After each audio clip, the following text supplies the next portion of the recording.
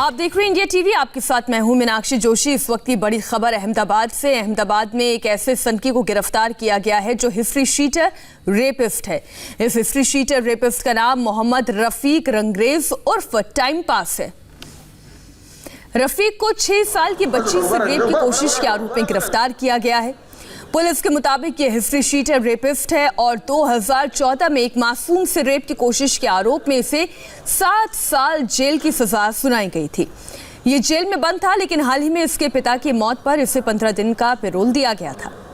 इस दौरान रफीक ने एक बार फिर घिनौनी हरकत करने की कोशिश की, जिसके बाद इसे फिर से पकड़ लिया गया। ये वारदात 9 अक्टूबर की है, जब रफीक ने 2 छोटी बच्चियों के साथ घिनौनी हरकत करने की कोशिश की।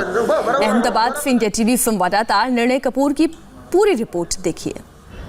घटना 9 अक्टूबर रात 8 बजे से पहले की है, जब दानी लिमड़ा पुलिस स्टेशन के हद में पड़ने वाला आलिशान पार्क इलाका जो है, उसमें इस दरिंदे ने आस पड़ोस में रहने वाली 2 छोटी बच्चियों को गुड़िया देने का लालच दे करके पहले बहलाया फुसलाया और बाद में उन्हें आलिशान पार्क के पास ही एक बंद मकान में ले जा करके उसने जो छोटी लड़की थी 6 साल की, उसका शारीरिक उत्पीड़न किया और जो 7 साल की दूसरी बच्ची थी उसके साथ भी छेड़छाड़ करने की कोशिश की।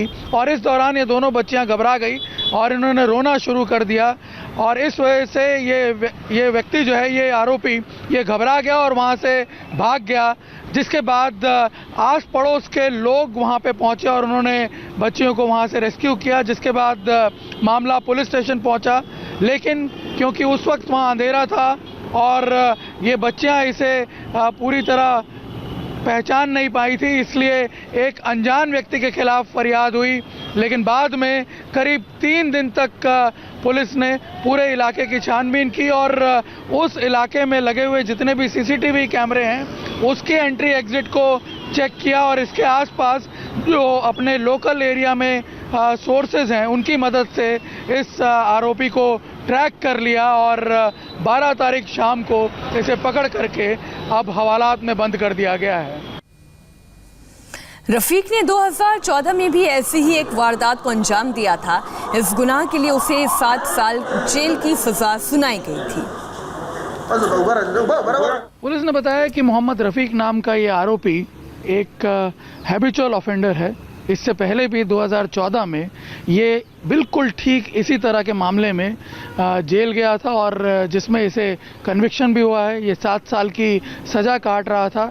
ठीक इसी तरह का मामला था। एक 7 साल की बच्ची थी जिसे इसने इसी तरह बहला फुसला के उसका रेप किया था और उस मामले में ईसनपुर पुलिस स्टेशन में दर्ज हुआ था वो मामला और उसमें इसे कन्विक्ट भी किया गया था। और बताया ये जाता है कि इसके पिता की मृत्यु होने की वजह से इसे पैरोल पे 15 दिन के पैरोल पे छोड़ा गया था 1 अक्टूबर को जेल से और 15 अक्टूबर तक इसे छोड़ा गया था। और उस दौरान आप अंदाज़ा लगा सकते हैं कि अपनी इस मानसिक बीमारी के शिकार इस व्यक्ति ने अभी भी जो ये हरकतें हैं जिसकी वजह से ये जेल में गया, उन घिनौनी हरकतों की वजह से वो नहीं छोड़ी और इन 2 छोटी मासूम बच्चियों को इसने अपना शिकार बनाया।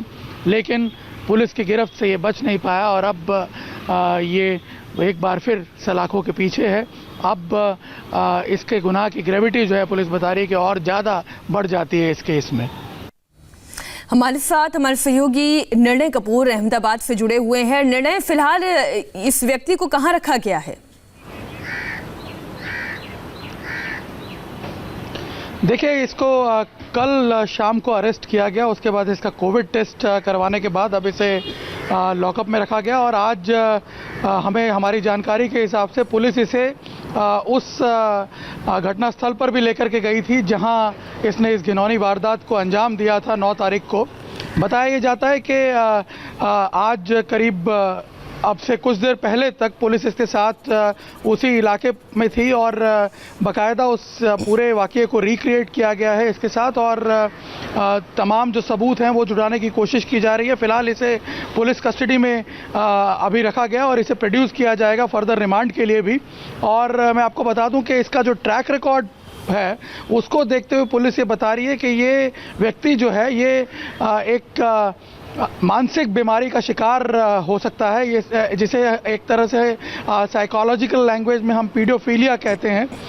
ये एक पीडियोफिलिक व्यक्ति बताया जा रहा है और इसी वजह से पैरोल पे जब ये छूट के आया है और एक ऐसे ही घिनौने मामले में ये सज़ा काट रहा है, आप अंदाज़ा लगा सकते हैं कि इसे कोई रिमोर्स भी नहीं था उस बात का और इसने दोबारा इसी हरकत को अंजाम दिया। ऐसे में पुलिस ये मान रही है कि ये एक मानसिक बीमारी का भी शिकार हो सकता है और उसी वजह से ये इस तरह की जो एक तरह से हम कहेंगे कि परवर्जन है उसका शिकार हो चुका है पूरी तरह। बिल्कुल। निर्णय ऐसे में क्या अब जो सजा इसे दी जाएगी उसकी डिग्री और बढ़ जाएगी या फिर इसे किसी मेंटल ट्रीटमेंट की भी जरूरत है?